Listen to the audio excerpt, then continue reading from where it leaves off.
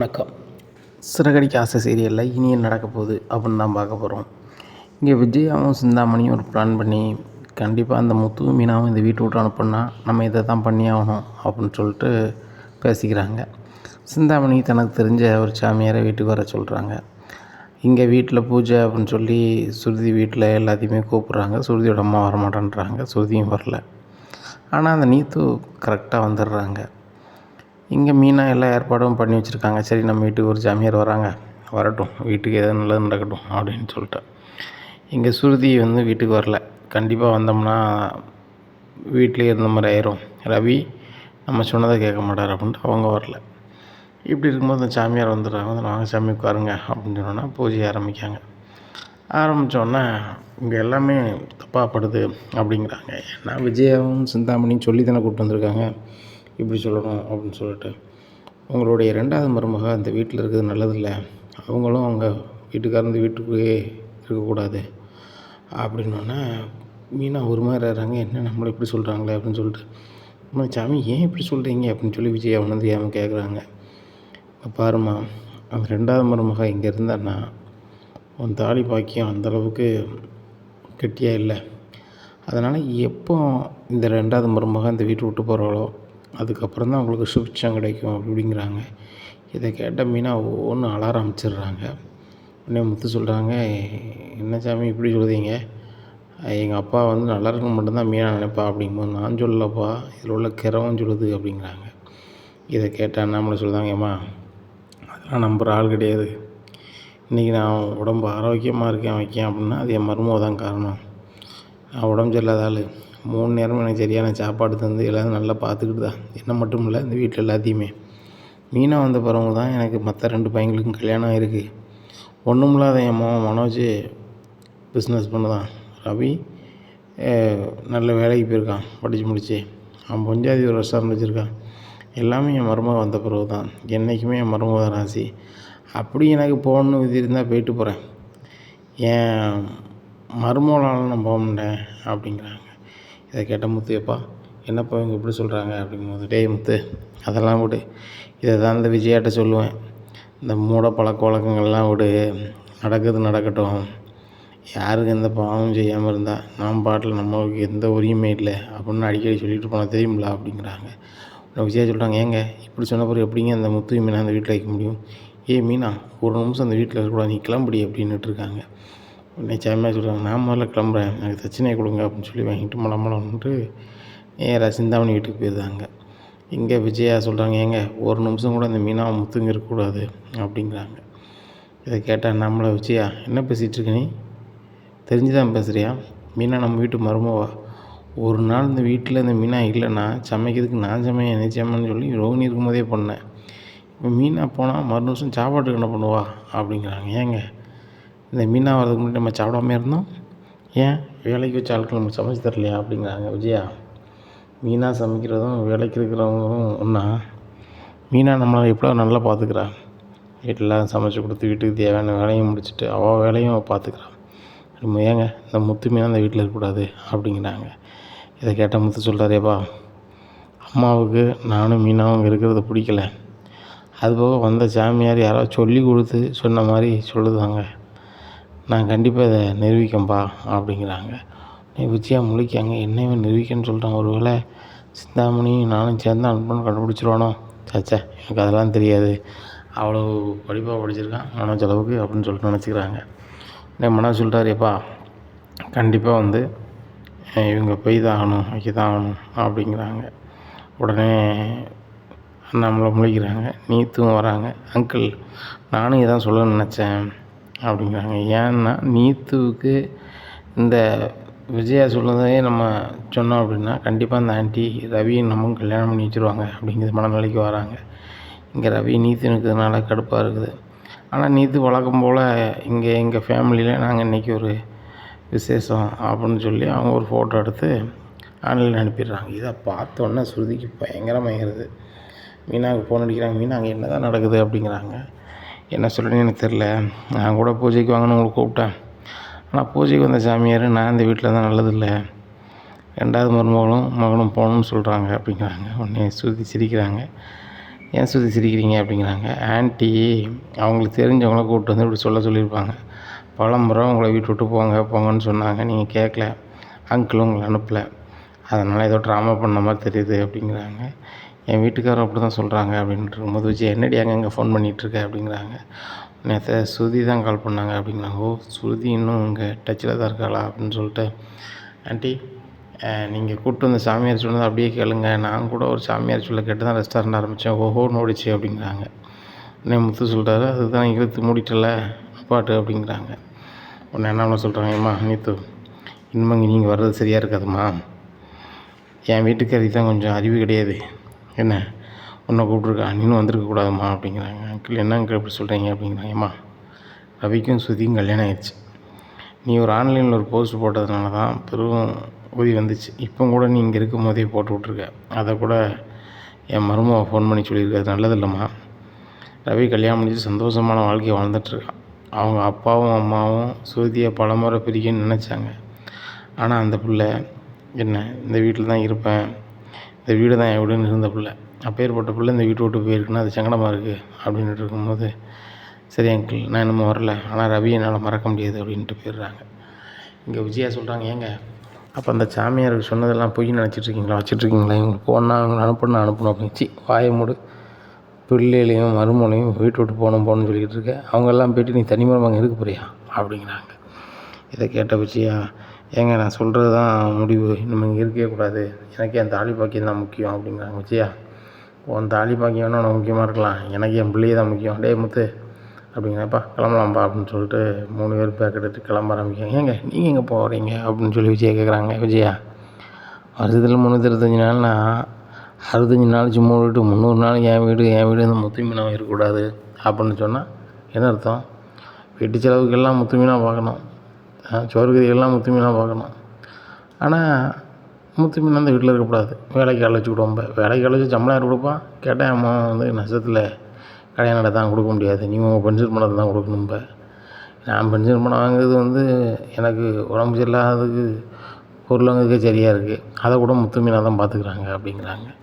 ஏங்க அதெல்லாம் நான் கூட பார்த்துக்குறேன், எனக்கும் கொஞ்சம் வருமானம் வருது, முத்து மீனை மட்டும் இந்த விட்டு போகணும் அப்படிங்கிறாங்க.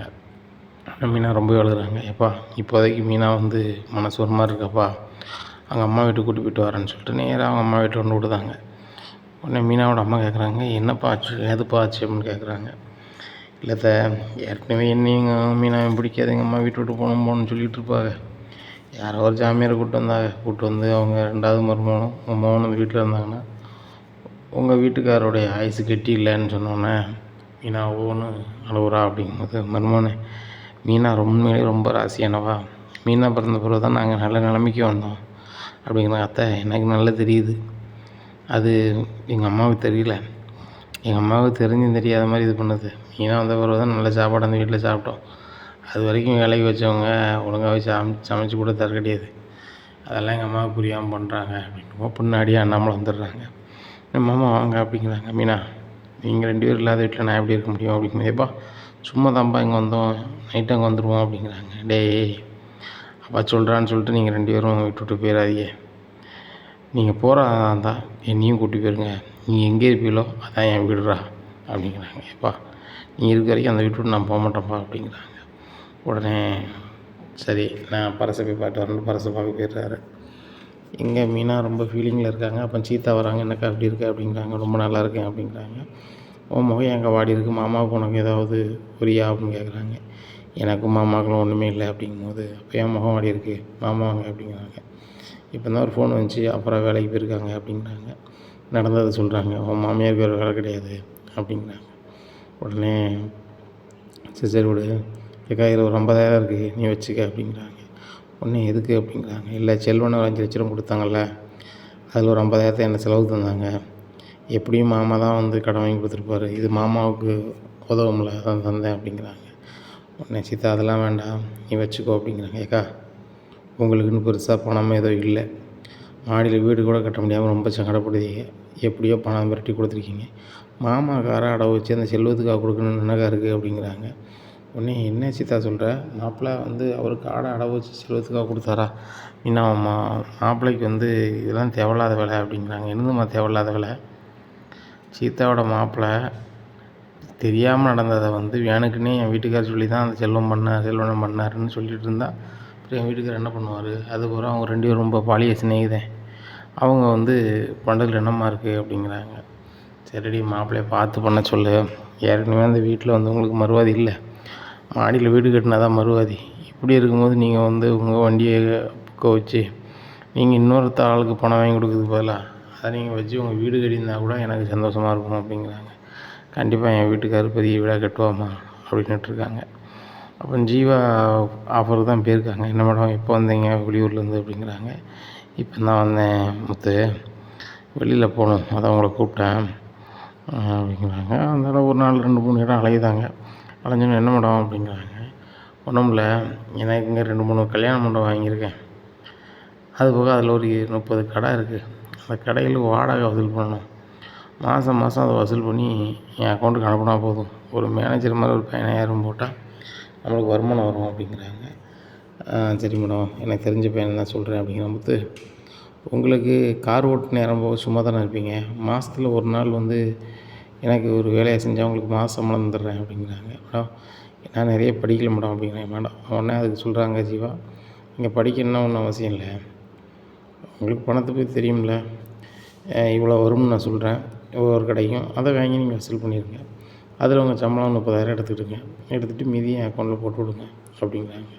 சரி மேடம் அப்படிங்கிறாங்க. மண்டபத்துக்கு யார் வந்து ஆஃபர் வந்து கேட்டு வந்தாலும் உங்கள்கிட்ட தான் கேட்பாங்க. நீங்கள் அந்த தேதியில் எதுவும் ஃபங்க்ஷன் இருக்கா இல்லையான்னு மட்டும் சொல்லிடணும் அப்படிங்கிறாங்க. சரி மேடம் அப்படிங்கிறாங்க. வீட்டில் போய் மீனாவை கூப்பிடுதாங்க. மீனாவா போவோம் அப்படின்னு சொல்லிட்டு வீட்டுக்கு கூப்பிட்டு போகிறாங்க. வீட்டில் போய் முத்து சொல்கிறார், எப்பா மீனா வந்தது ராசி கிடையாது, மீனா அந்த வீட்டில் இருக்கக்கூடாது நம்ம சொன்னாங்க. மீனா வந்த பிறகு எனக்கு பெரிய ஒரு ராசி வந்திருக்குப்பா. வேலையே செய்யாமல் மாதம் 30,000 தரதுக்கு ஒரு மேடம் தயாராக இருக்காங்க அப்படிங்கிறாங்க. இதை கேட்ட மனோஜ் சொல்கிறாரு, அது எப்பட்றா, மாதம் பூரா வேலை பார்த்தாலும் மாதம் பூரா பிஸ்னஸ் பண்ணாலும் 30,000 மிச்சப்பட மாட்டேங்குது. இவர் வேலையே பார்க்க வேண்டாமா, மாதம் 30,000 கொடுப்பாங்களா அப்படிங்கிறாங்க. டேய் கொடுக்குறதுக்கு ஆள் இருக்குது, நீ ஒரு ஆள்கிட்ட பணம் ஏமாந்திய அந்த ஜீவா மேடம் அவங்க கல்யாண மண்டபம் அவங்க கடைக்கு எல்லாத்துக்கும் என்னை தான் மேனேஜராக வச்சுருக்காங்க அப்படிங்கிறாங்க. இதை கேட்ட மனோஜ் சிரிக்கிறாரு. உன்னை என்ன சிரிக்கிற அப்படிங்கிறாங்க. அதெல்லாம் பெரிய பெரிய படித்தவங்க தான் வைப்பாங்க. அந்த ஜீவாவே உன்னை நம்பரு டுபாக்கூர், அந்த டுபாக்கூரே என்கிட்ட பணத்தை ஆட்டையை போட்டு அது உனக்கு பணம் தருதா அப்படிங்கிறாங்க. டேய் மாதம் சம்பளத்தை எப்பயுமே அனுப்பிட்டாங்க. எனக்கு வந்து தினம் வேலை கிடையாது. மாதத்தில் ஒரு நாள் அங்கே கடை வச்சுருக்கவங்க எல்லாத்தையும் சம்பளத்தை வாடகை வாங்கி அவங்க அக்கௌண்ட்டில் போடணும். அதுபோக நான் 30,000 எடுத்துகிட்டு போட்டால் போதுமானது. அதுபோக அந்த மண்டபத்தில் யாருக்கு ஆஃபர் கொடுக்கணும்னாலும் நான் தான் கொடுக்கணும். அதுபோக யாருக்கு புக்கிங் வந்தாலும் என்கிட்ட தான் வரணும். இப்போ இன்னொரு ஆஃபரு நான் கொடுக்க போகிறேன் அந்த மண்டபத்துக்கு மேனேஜராக. அந்த மண்டபத்தில் வாசல்லையும் பூக்கடை வைக்க மீனா கொடுக்க போகிறேன். அதுபோக அங்கே வர கல்யாணத்துக்கு எல்லாமே மீனா தான் வந்து பூ டெக்கரேஷன் பண்ணுவாங்க அப்படிங்கிறாங்க. இதை கேட்ட மீனா, என்னங்க சொல்கிறீங்க? ஆமாம் அப்படிங்கிறாங்க. ஏப்பா இவ்வளோ அதிர்ஷ்டமும் மீனா வந்த பிறகு தான் வந்திருக்கு. நான் பெருசாக படிக்கலை, என்னையும் மேனேஜரை வைக்காங்க, மாதம் 30,000 சம்பளம் தராங்க. அதே இடத்துல மீனாவை பூக்கடையும் வைக்க சொல்கிறாங்க. அங்கே வர டெக்கரேஷன் ஆர்டர் பூராமே மீனாவுக்கு தான் கொடுக்க போகிறேன் அப்படிங்கிறாங்க. இதை கேட்டால் நம்மளை பார்த்தே வச்சியா, என்னமோ சொன்னேன், மீனா வந்த நேரம் ராசி கிடையாது, எனக்கு ஆயுசு கட்டி கிடையாது அப்படி இப்படின்னு. ஏங்க இது சும்மா ஏதோ ப்ரூடாக விடுதாங்க. மனோஜ் பெரிய பிஸ்னஸ் பண்ணுறான், இவன் பொண்டாட்டி இவனையும் வீட்டு விட்டு வெளியே போக சொன்னேன், இப்படி சொன்னால் இவன் நிறைய சம்பாதிக்கான்னு இந்த வீட்டில் இருக்க சொல்லிடணும் அப்படிங்கிறாங்க. இதை கேட்ட முத்து, ஏம்மா போகணுன்னு நானும் மீனாவும் போயிட்டே இருப்போம், எங்கள் அப்பா அங்கே இருக்காருன்னு ஒரே காரணம் இருந்துகிட்டு இருக்கோம். இந்த வீட்டில் இருந்தாலும் இவ்வளோ நாள் நாங்கள் வந்து ஹாலில் கட்டில் தான் கொத்தச்சிக்கிட்டு இருந்தோம். இன்றைக்கி தான் நீங்கள் வந்து 2 நாளாக தான் ரூம் தந்துருக்கீங்க, 2 நாளாக தான் இருக்குது பிடிக்காம நீங்கள் வந்து இந்த மாதிரி வேலைலாம் பார்க்கிங்க அப்படிங்க. என்னடா வேலை பார்க்குறேன், நானடா சொன்னேன், சாமியார் தானே சொன்னாங்க அப்படிங்கிறாங்க. இதை கேட்ட முத்து, நான் கண்டிப்பாக ஒன்று நிரூபிக்கேன் அப்படிங்கிறாங்க. 2-3 நாள் ஆகுது. மீனாவும் வழக்கமாக வேலையை பார்க்காங்க. விஜயா என்ன பண்ணாலும் விட்டுட்டு போக மாட்றாங்களே, வேறு ஏதாவது பண்ணி தான் ஆகணும் அப்படின்னு சொல்லிட்டு பரசனன்ட்ட சொன்னால் அதுக்கு நடக்கும்னு சொல்லி பரசனன்ட்ட போய் சொல்லணும்னு சொல்லுதாங்க. பரச சொல்லுதாரியம்மா, அப்படிலாம் கிடையாது, ராசி வந்து அதெல்லாம் பார்க்கக்கூடாதும்மா, யாராவது தேவையில்லாமல் என்ன தேவை சொல்லுவாங்க, அதை நம்பிக்கிட்டு இருக்காதம்மா அப்படிங்கிறாங்க. உடனே இல்லைண்ணே நீங்கள் தான் பக்குவமாக சொல்லணும் என் வீட்டுக்கார்ட்ட அப்படிங்கிறாங்க. உடனே பரசு ஃபோன் பண்ணி அண்ணாமலை சொல்கிறாங்க, அண்ணாமலை வீட்டம்மா என் வீட்டுக்கு வந்திருந்தாங்க, நீ எதை நம்புதையோ நம்பலையோ, இந்த மாதிரி சாமியார் சொன்னால் கொஞ்சம் நம்பிப்பார், முத்து மீனாவை கொஞ்ச நாளைக்கு வெளியே வாடகைக்கு வச்சானே அப்படிங்கிறாங்க. இதை கேட்டால் நம்மளை சொல்கிறாங்க, எனக்கு சொந்தமாக வீடு இருக்குது பரசு, அப்படி இருக்கும்போது என் மக்களை ஏன் வெளியே வைக்கணும், அதுக்கு எனக்கு மனசே வராது, அப்படி போதால் தான் நானும் தான் போக போகிறேன் அப்படின்ட்டு இருக்காங்க. விஜயா வந்துடுறாங்க. விஜயா, நீ எதுக்கு பரசு வீட்டில் போய் சொன்ன அப்படிங்கிறாங்க. ஏங்க நான் சொன்னால் நீங்கள் கேட்க மாட்டேங்கிங்க, எனக்கு என் தாலி பாக்கியம் தாங்க முக்கியம் அப்படிங்கிறாங்க. விஜயா, நீ அதுக்கு கலையலை, முத்து மீனா இந்த வீட்டு விட்டு போகணும், அதுக்கு ஏதோ நீ பிளான் பண்ண மாதிரி இருக்குது அப்படின்னா நான் எங்கே பண்ண போகிறேன் அப்படின்ட்டு முத்து வந்துடுறாரு. முத்து வந்துட்டேப்பா, எனக்கு தெரிஞ்ச ஆளுங்க மூலமாக ஒரு வீடியோ ஒன்று வந்திருக்குப்பா, இதை பாருப்பா அப்படிங்கிறாங்க. அதில் அந்த சாமியார் சிந்தாமணி எல்லாருமே சிந்தாமணி வீட்டில் பேசுறதா இருக்குது. இதை பார்த்துட்டு விஜயா, என்னங்க இது இப்படி முத்து தேவையில்லாமல் எடுத்து வச்சுருக்கான் அப்படிங்கிறாங்க. நீங்கள் இருந்ததை தான் எடுத்து வச்சுருக்கான் அப்படிங்கிறாங்க. முத்து இது எப்படி கிடச்சிச்சு அப்படிங்கிறாங்க. எப்பா, சிந்தாமணி கூட வேலை பார்க்குற ஒரு பையன் செல்வம், நம்ம சத்யாவுக்கு தெரிஞ்சவன், அங்கே என்ன நடக்குது ஏது நடக்குது, நம்மளுக்கு எதிராக எதுவும் பண்ணுதாங்களா அப்படின்னு சொல்லி சில நேரம் கேட்பேன். கேட்கும்போது உங்கள் அம்மாவும் வந்துச்சு, ஒரு சாமியார் வந்தாங்க அப்படிங்கும்போது, சரி அது என்ன தான் நடக்குதுன்னு பாருன்னு சொல்லி ஒரு வீடியோ எடுக்க சொன்னேன். அது என்கிட்ட வரது கொஞ்சம் தாமதம், ஆனால் அம்மா அதுக்கு முன்னக்கூட்டியே இங்கே வந்து பயங்கரமாக கச்சேரி பண்ணிட்டாங்க அப்படிங்கிறாங்க. இதை கேட்டால் விஜயா முழிக்கிறாங்க. அண்ணாமலை சரியான கோபம். விஜயா அப்படின்னு சொல்லிடுச்சு, நீ எல்லாம் ஒரு மனுஷியா, பெத்த பையனையும் சொந்த மருமலையும் இந்த வீட்டில் இருக்கக்கூடாது, இதுக்கு ஒரு நாடகம், இதுக்கு வந்து நீல கண்ணீரை வடிச்சுக்கிட்டு பாஸ் வீட்லேயும் போய் இருந்திருக்க, உனக்கெல்லாம் எவ்வளோ திமிரு, இன்னைக்கு சொல்லுதான் விஜயா, இந்த வீட்டை என்ன பாதி இருக்குது என் பேரில் இருக்குது, அதை பாதியை நான் மீனாவுக்கு எழுதி வைக்க போகிறேன் அப்படிங்கிறாங்க. எங்கே அப்படிலாம் எதுவும் பண்ணிடாதீங்க வைக்கிறாதீங்க அப்படிங்கிறாங்க. விஜயா, நாளைக்கு காலைல பேங்க்கு போகிறேன், யார் சொன்னாலும் கேட்க மாட்டேன், வீட்டு பாதியை நான் மீனாவுக்கு எழுதி கொடுக்க போகிறேன் அப்படிங்கிறாங்க. உடனே மீனா சொல்கிறாங்க, மாமா எனக்கெலாம் வேண்டாம், இந்த வீடு அத்தைக்கு அவங்க அம்மா அப்பா கொடுத்தது, அது அவங்ககிட்டே இருந்துட்டு போட்டோம் அப்படிங்கிறாங்க. உடனே ஏங்க மீனா தான் சொல்கிறாங்க, என்கிட்டே இருந்துட்டு போட்டோம், உங்கள் குறப்பங்க ஒன்று என்ன கொடுத்துருங்க அப்படிங்கிறாங்க. விஜயா, குறப்பங்க கொடுக்கணும் கொடுக்கலையா, நாளைக்கு காலை நான் பேங்க்கு போகிறேன் அப்படிங்கிறாங்க. எங்கெங்க பேங்க்கு மட்டும் போகாதங்க அப்படிங்கிறாங்க. உடனே முத்து சொல்கிறாரு, ஏன்ப்பா அம்மா பேங்க்கு மட்டும் போகக்கூடாங்க அப்படிங்கிறாங்க. டேய், உன் பொண்டாட்டி பேர் எழுதானு பார்க்கியா அப்படிங்கிறாங்க.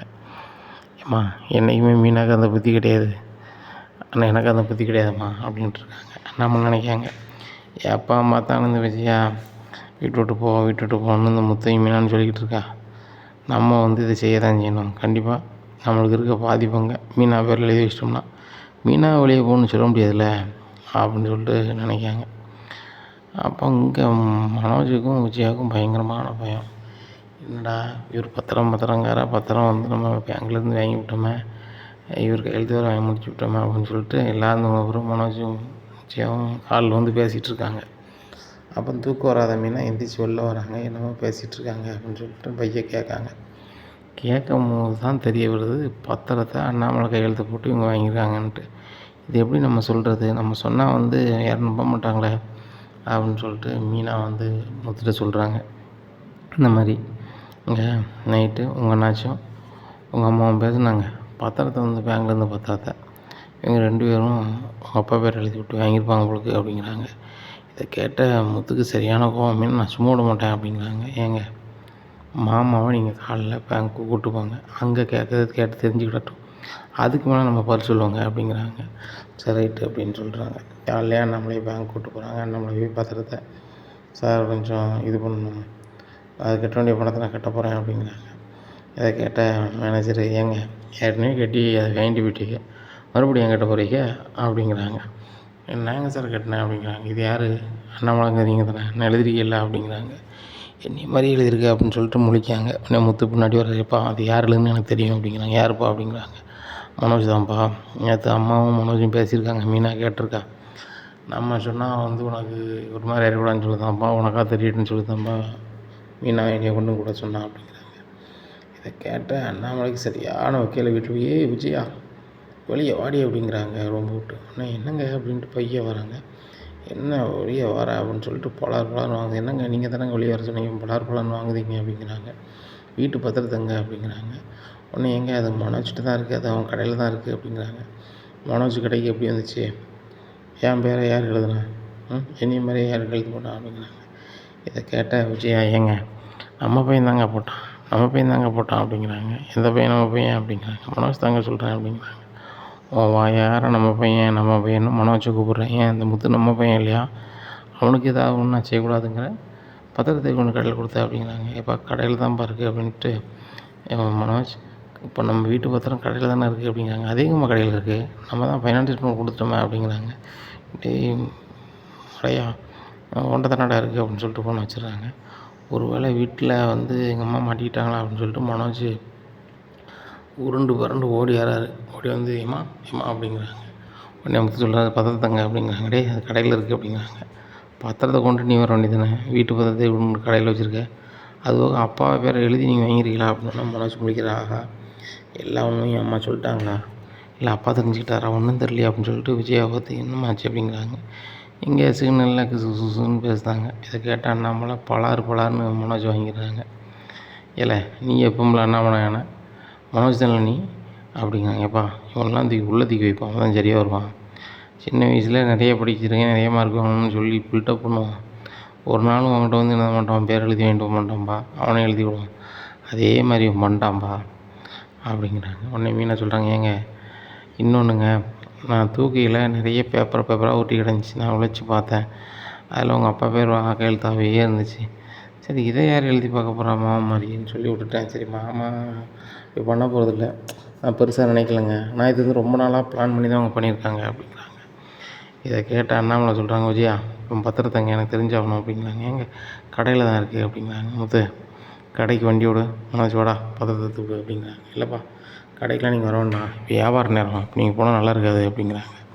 இங்கே பாரு மனோஜ், நாங்கள் எல்லோரும் வந்தால் கடைக்கு கூட்டம் வந்துடும், வியாபாரம் நல்லா இருக்காதுங்கிற, நீ நைட்டு வரையில் பத்திரத்தோடு வீட்டுக்கு வர அப்படிங்கிறாங்க. இங்கே மனோஜ் வந்து கடைக்கு போகிறாரு. கடைக்கு போனோன்னு விஜயா ஃபோன் அடிக்காங்க, டேய் பத்திரத்தோடு வந்துடாத அப்படிங்கிறவா, பத்திரம் இருந்தால் தானே வர முடியும், நான் என்ன பண்ண முடியும், பத்திரத்தை கொண்டு ஃபைனான்ஸ் செட் வச்சிட்டோமே, நம்ம மோசமாக மாட்ட போகிறோம். ஏற்கனவே முத்து மீனா ரொம்ப ஓவராக இருக்கிறாங்க கடுப்பில், இந்த கடுப்பில் நம்ம தான் பத்திரத்தை கொண்டு ஃபைனான்ஸ் செட் கொடுத்தோன்னு அவ்வளோதான், அப்பாவுமே ரொம்ப கடுப்பாயிருவார் அப்படிங்கிறாங்க. டேய் மனோஜ் நான் ஒரு ஐடியா சொல்கிறேன், நான் பிஸ்னஸ் விஷயமாக மீட்டிங் போடணுன்னு சொல்லிட்டு 2 நாள் நீங்கள் எங்கேயாவது பேர் 2 நாளில் இவர கோவம் சரியாயிரும், அதுக்கப்புறம் நான் சரி பண்ணிடுறேன் அப்படிங்கிறாங்க. சரிம்மா அப்படின்ட்டு ஒரு மீட்டிங் போடணுன்னு சொல்லிட்டு ஒரு வெளியூரில் ரொம்ப எடுத்து தங்கிக்கிறாங்க. ரொம்ப நேரம் ஆயிடுது, அண்ணாமலை உட்காந்துட்ருக்கேன். எப்பா நீ தூங்கலையா அப்படின்னு சொல்லி முத்து கேட்குறாங்க. இல்லைடா இன்னும் மனோஜ் வரல, பத்திரத்தை கொண்டு வரேன்ருக்கான், வரட்டும் அப்படிங்கிறாங்க. எப்போ அவன் வருது மாதிரி தெரியல, அவனுக்கு கால் பண்ணுன்னு சொல்லணும்னா செல்லு சுவிட்ச் ஆஃப்னு வருது. எப்பா சுவிட்ச் ஆஃப்னுலாம் வருது அப்படிங்கிறாங்க. விஜயா மனோஜுக்கு கால் பண்ணு அப்படிங்கிறாங்க. அவனுக்கு சுவிட்ச் ஆஃப்னு வருது அப்படிங்கிறாங்க. உடனே முத்து சொல்லார், எப்பா அம்மா தான் ஏதாவது சொல்லியிருப்பாங்க, ஒன்றும் மனோஜ் எங்கேயா தங்கிட்டு இருந்தா கழிச்சு வாடா, உங்கள் அப்பா சரி நார்மலாகிடுவார், அப்போ வந்துட்டு அவன் ஏதாவது சமாளிச்சிக்கலாம்னு சொல்லியிருப்பாங்க அப்படிங்கிறான். டேய் முத்து கூடவே இருந்து பார்த்த மாதிரி எல்லாத்தையும் சொல்லாத அப்படிங்கிறாங்க. சரி அப்போ பத்திரம் எங்கே தான் போச்சு அப்படின்னுட்டுருக்காங்க.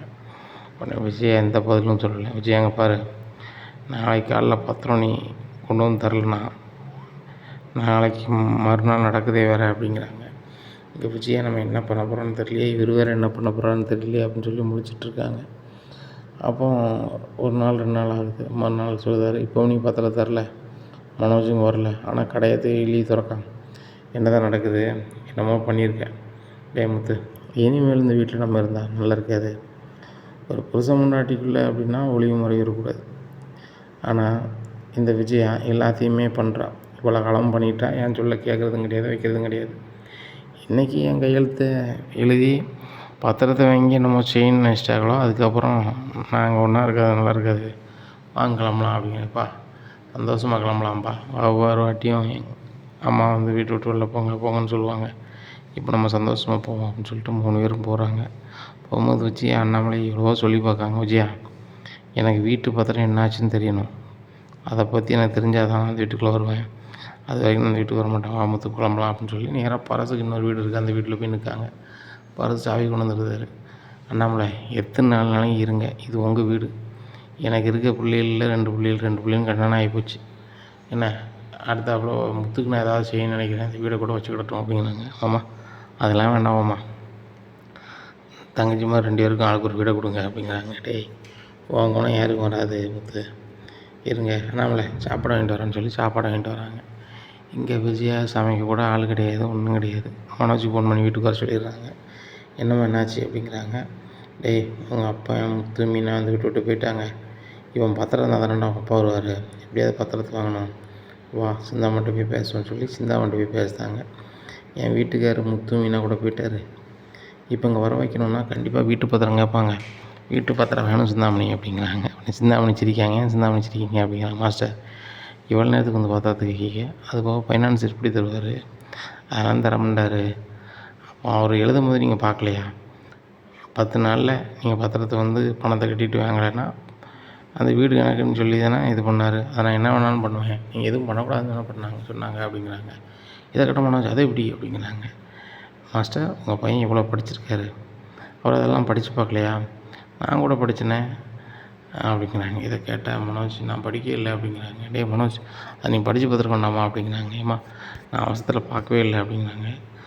உச்சியாக சொல்கிறாங்க, அதான்டா நீ படித்து உனதுக்காகதான்னு சொல்லிகிட்டு இருக்கான் அந்த முத்து அப்படின்னு சொல்லிட்டு இப்படி எவ்வளோ கேட்டு பார்க்காங்க. சிந்தாமணிட்ட வாய்ப்பே இல்லை அப்படிங்கிறாங்க. ஃபைனான்ஸர்கிட்ட போய் காலைல கேட்போம், ஃபைனான்ஸர்கிட்ட போய்ட்டுன்னு கேட்காங்க. அங்கே சிந்தாமணி சொன்னதை அப்படியே சொல்லிடுறாங்க. அங்கே பாருங்கங்க பாத்திரத்தை தர முடியாது என்ன, அதை சொல்லுறது தான் இது. இப்போதைக்கு நீங்கள் வீட்டில் இருந்துக்காங்க, 2 மாதம் கழித்து காலி பண்ண பாருங்கள் அப்படிங்கிறாங்க. இதை கேட்ட விஜயா ஒரு மாதிரி ஆகிறாங்க. நம்ம வீட்டே இது பண்ணணுமா, இப்படி இந்த ஃபைனான்சியர் பண்ணிட்டானே இப்போ என்ன பண்ணுறது அப்படின்னு சொல்லிட்டு அழுதுகிட்டே அண்ணாமலை இருக்கிற வீட்டுக்கு போகிறாங்க. எதுக்குங்க வந்த அப்படிங்கும்போது எங்கே என்ன மன்னிச்சிருங்க அப்படின்னு சொல்லி விஜயா சீன் போடுறதுக்காக அண்ணாமலை காலில் போய் விழுதாங்க.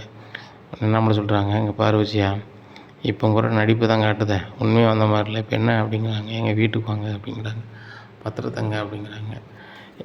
நானும் மனோஜ் பிஸ்னஸுக்குள்ளே கடனுக்காக அந்த பத்திரத்தை கொண்டு அந்த ஃபைனான்ஸ் சீட்டை வச்சுட்டோம், இப்போ கேட்டால் தரமாட்டுக்காரு அப்படிங்கிறாங்க. ஓ பேங்க்லேருந்து இனி மாதிரி எழுதி பத்திரத்தை வாங்கியிருக்கீங்க, அந்த ஃபைனான்ஸ் சீட்டை பணமே வாங்காதாங்க அப்படின்னு நான் சொல்லும்போது இதை கொடுத்து பணத்தையும் வாங்கியிருக்கீங்க, அப்படிப்பட்ட நீ சொல்லதை நான் கேட்டுட்டு வீட்டுக்கு வரணுன்னு இன்னும் அந்த வீட்டுக்கு வர மாட்டேன், ஏன் வீடு தான் இப்போ அவனுக்கு போக போதே அப்படிங்கிறாங்க.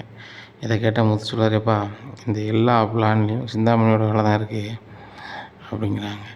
உடனே அண்ணாமலை சொல்கிறாங்க, நான் முதல்ல சொன்ன முத்து இந்த சிந்தாமணி கூட சேராத, தேவையில்லாத வேலை பார்க்கும் அப்படின்னு சொன்னேன். ஆனால் அவங்க அம்மா கேட்குற மாதிரி இல்லை அப்படிங்க. ஏங்க இப்போ நீங்கள் அசால்ட்டாக சொன்னால் போதுமா, மனோஜ் கதையை முடிக்கிறது பணம் எல்லாம் வந்து உதவுனது சிந்தாமணி தான். இப்போ கூட எங்களுக்கு பல இது பண்ணியிருக்குது, அந்த ஃபைனான்ஸ் சீட்டையும் நாசுக்காக பேசி பத்திரத்தை வாங்கி தரேன்னு சொல்லியிருக்காங்க அப்படிங்கிறாங்க. யார், அந்த சிந்தாமணி, அதுக்கு வாய்ப்பே இல்லை அப்படிங்கிறாங்க.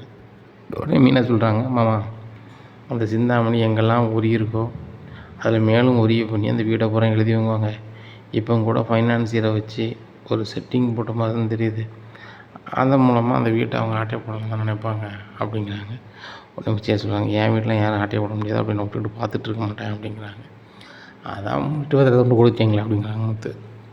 உடனே மனோஜ் சொல்கிறாரு, ஏம்மா கடை பத்திரத்தை எப்படினாலும் நான் இது பண்ணிடுறேம்மா, சந்தோஷத்துலேருந்து இந்த மாதம் பணம் வரும், அதை வச்சு எப்படியா திருப்பிடுதேன் அப்படின்ட்டுருக்காரு.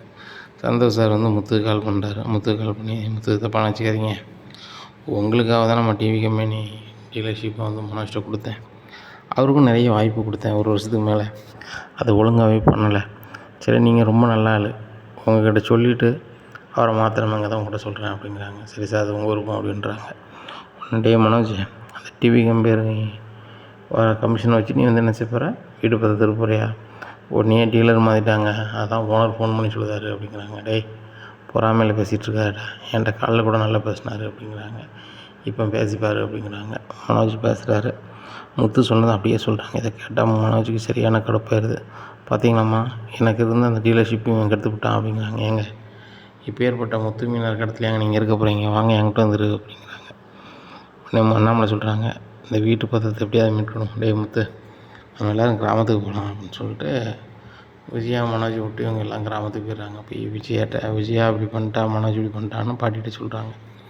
சொன்னால் அண்ணாமலை இதுக்கு கவலைப்படாத, நம்மளுக்கு தான் பூர்வீக சொத்து இருக்குல்ல, அந்த சொத்தை விற்று பணம் தரேன், அதை கொண்டு போய் வீட்டு பத்திரத்தை ஃபைனான்ஸ் வாங்க அப்படிங்கிறாங்க. சரிம்மா அப்படின்னு சொல்லி வீட்டை விற்றுட்டு ஒரு பணம் வாங்கி கொண்டு போகிறாங்க. கொண்டு போய் ஃபைனான்ஸ் கேட்குறாங்க. ஃபைனான்ஸ் சொல்கிறார், வீடு இன்னும் எனக்கு இல்லை, நான் சிந்தாமணி கழுவி கொடுத்தேன், இதனால் சிந்தாமணிகிட்ட பேசிக்காங்க அப்படிங்கிறாங்க. இதை கேட்டால் முத்து அண்ணாமலை சரியான கடுப்பாகிறாங்க. நடந்ததை விஜயாவுக்கு ஃபோன் பண்ணி சொல்லுதாங்க. விஜயா சரியான கடுப்பில் போய் சிந்தாமணியை போய் விழுன்னு விழுக்காங்க. இனி என்ன நடக்கும் இந்த விஜயா வீட்டுக்கு மீண்டும் விஜயாவுக்கே வருமா, இல்லை சிந்தாமணி கைக்கே போகுமா? சிந்தாமணி கைக்கு போனால் அதை மீண்டும் அந்த வீடை கொண்டு வருவதற்கு முத்து மீன் அதாவது முயற்சி எடுப்பாங்களா? இந்த வீட்டோட நிலைமை என்ன ஆகும் அப்படிங்கிறத நம்ம பொறுத்து வந்து பார்க்கலாம். நம்ம சேனலை நீங்கள் கொஞ்சம் மறக்காமல் லைக் அண்ட் சப்ஸ்கிரைப் பண்ணுங்கள். நன்றி, வணக்கம்.